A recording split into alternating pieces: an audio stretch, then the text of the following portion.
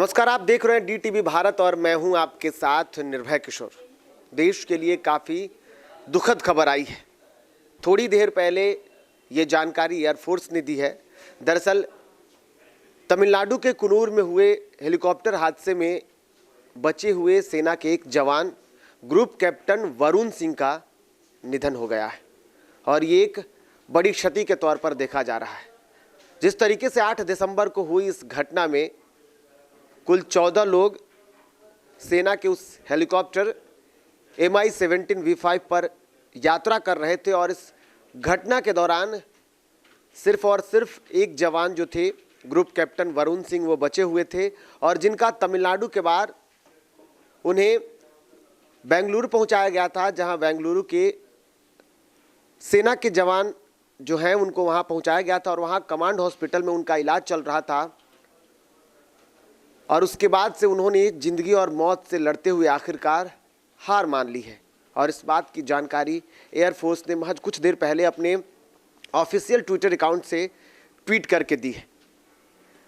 आपको वो ट्वीट दिखाते हैं। दरअसल ये ट्वीट है जिसमें एयरफोर्स ने ये जानकारी दी है और बज़ाब्ते दुख व्यक्त करते हुए एयरफोर्स ने वो ट्वीट किया है और इस ट्वीट में लिखा हुआ है कि भारतीय एयरफोर्स को यह बताते हुए काफ़ी दुख हो रहा है कि ग्रुप कैप्टन का इलाज के दौरान आज निधन हो गया।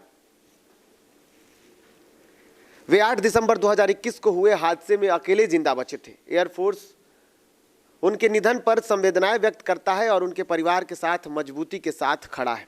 आपको बता दूं कि group captain Varun Singh UP के देवरिया के खोरमा कन्होली गांव के रहने वाले थे। उनका इलाज बेंगलुरु के आर्मी अस्पताल में चल रहा था। ग्रुप कैप्टन अभिनंदन वर्मा जो काफ़ी चर्चे में आए थे जब पाकिस्तान ने उन्हें कब्जे में कर लिया था, वही अभिनंदन वर्धमान के वो बैचमेट थे और उन्होंने भी अपनी शौर्यता की कई बार मिसाल पेश की है।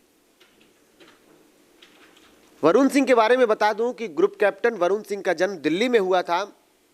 वो 42 साल के थे। उनके पिता कृष्ण प्रताप सिंह सेना में कर्नल पद से रिटायर हुए थे।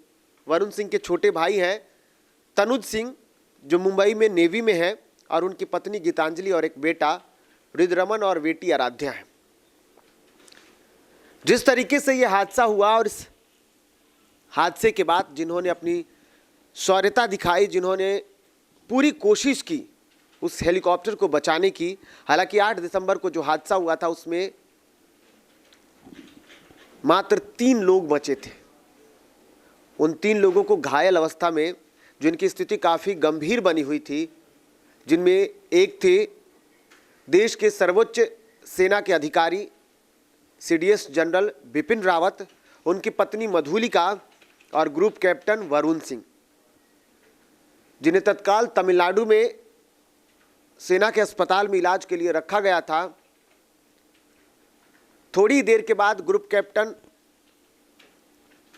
हालांकि वो तो जिंदगी और मौत से जूझते रहे, लेकिन थोड़ी देर के बाद CDS बिपिन रावत और उनकी पत्नी मधुलिका ने जिंदगी और मौत के इस सफर में हार मान ली। लेकिन जिंदगी और मौत से लड़ते हुए ग्रुप कैप्टन वरुण सिंह आज तक लड़ते रहे। लेकिन मंगलवार को ही सेना ने एक बुलेटिन जारी किया था और इसमें इस बात की जानकारी दी थी कि उनकी स्थिति काफ़ी गंभीर बनी हुई है और वो फिलहाल इलाज उनका चल रहा है। स्थिति उनकी काफ़ी गंभीर है लेकिन स्थिर बनी हुई है।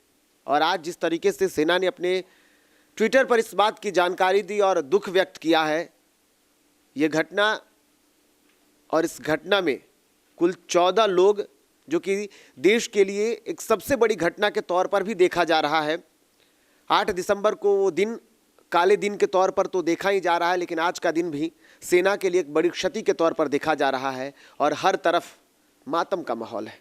हर तरफ सेना के उस जवान को जिसने अपनी शौर्यता, जिसने अपनी वीरता के कारण कई बार इतिहास के पन्नों को स्वर्णिम अक्षरों में लिखने में अपनी महत्वपूर्ण भूमिका अदा की, आज वो हमारे बीच नहीं रहा। ग्रुप कैप्टन वरुण सिंह को आज पूरा देश श्रद्धांजलि दे रहा है। डीटीवी भारत की तरफ से भी ग्रुप कैप्टन वरुण सिंह को श्रद्धांजलि। नमस्कार।